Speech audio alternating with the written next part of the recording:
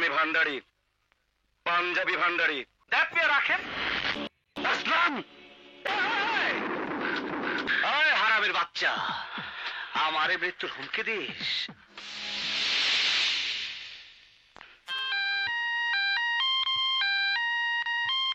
কে? এই মাত্র খবর পাইলাম কবিরের বিজনেস পার্টনার টোকাই সালাম ধরা খাইছে।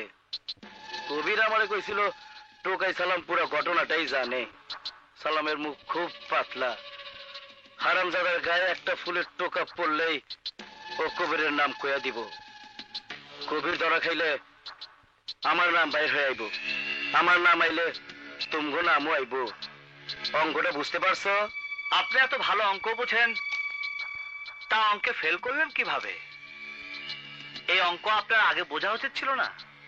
শোনেন, আমি ভাইয়ের ওখানে যাচ্ছি, আপনি তাড়াতাড়ি চলে আসেন। নতুন একটা অঙ্ক আপনাকে শেখাবো। আমি হিসাব করে অঙ্কটা বাইর করছি। সিনিয়র এসপি রুমি হারামজাদা সালামের হাড্ডি মাংস দিয়ে এখন মোরব্বা বানাইতেছে। সালাম কিন্তু মুখ খুলবো, আমি কইয়া দিলাম ভাই। ওর মুখ বন্ধ করার একটাই পথ আছে, ওর ভাতিজার জুড়ে ফালাইয়া দেওয়া। গুলশানের উঠতি ব্যবসায়ী আরজু সালাম ওরে খুব ভালোবাসে। কাছের মানুষের ফালাইয়া দিয়া সালামরে বুঝাই দিতে হইব মুখ খুললে ওর খবর আছে। সালাম মহাহারামি, ও ব্যাপারটা বুঝা ফেলাবে, মুখ খুলবো না। আইডিয়াটা কেমন ভাই? খুব খারাপ। একজনকে শিক্ষা দেবার জন্য আরেকজন নিরীহ মানুষকে মেরে ফেলতে হবে, এত বড় হারামি আইডিয়া আমি জীবনে কখনো শুনি নাই। ভাই, এই লোক তো আরেক আবু জাহেল, খুনাখুনি ব্যবসা করে। ভাই, আসলামরা সম্মান দিয়ে কথা কইতে কন। আমি ভান্ডারি, পাঞ্জাবি ভান্ডারি, পুরান ঢাকার লোকজনকে ননের মনি। দাপিয়ে রাখেন। আসলাম, এইখানে কথা হইতেছে আমার আর ভাইয়ের মধ্যে। তুমি আমগো এক কাম করো, ঠিক ওইভাবেই থাকবা। আমি আপনার কাজ করি না। আসলে আপনাদের কাজ করানোর মতো সাহস আর বুদ্ধি কোনোটাই আপনার নাই। আমি একমাত্র ভাইয়ের কাজ করি। ভাই আমার মুরব্বী, আমার বাপ মা। তুমি পুরান ঢাকার একটা জোচ্চোর, মানুষের পায়ে কামড় দেয় পাগলা কুত্তা। ডাস্টবিনের পাশে ঘুরঘুর করো, ডাস্টবিন।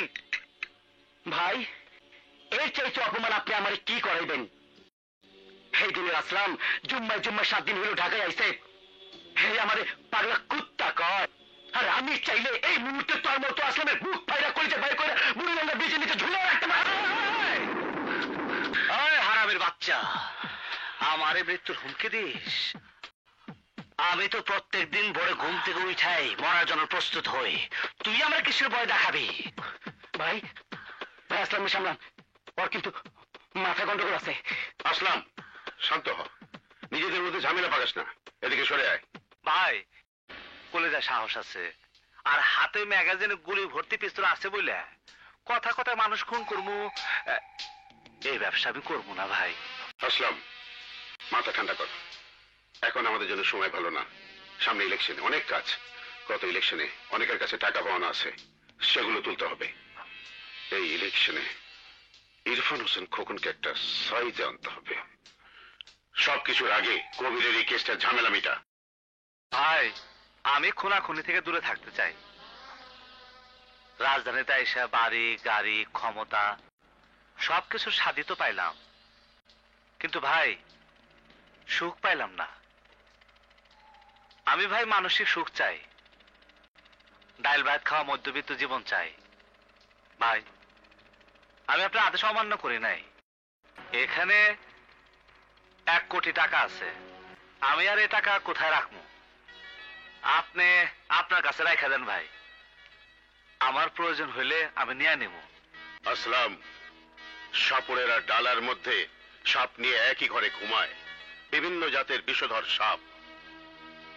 দিনের বেলায় সেই সাপ দিয়ে খেলা দেখায়, পয়সা কামায়, আবার রাতের বেলায় ছোবলের ভয় নিয়ে সেই একই সাপের সাথে বসবাস করে। তুই আমার কাছে এখন শুধুই সাপ, ভয়ঙ্কর বিষধর সাপ।